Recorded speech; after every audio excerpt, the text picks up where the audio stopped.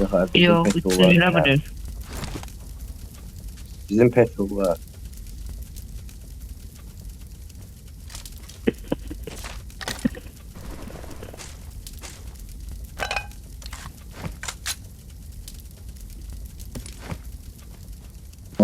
Böyle bir bak. Duyuyorum ya adamla uğraşmam. Ya M4'ü koy vermeyen bir iki. Sen miydi hıyar o? Onsuz M4'ü da ben miydi? Ben miydi? vermeyen bir iki. Hıyar ben miydi? Uğraştı verecek. Yok, mesela ben Maşın da miydi o? mühendis. Maşın da mühendis abi. Neyi?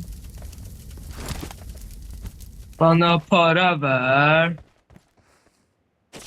Kolum var ya petrol balarım. Bir matım var. Sen gözde de para.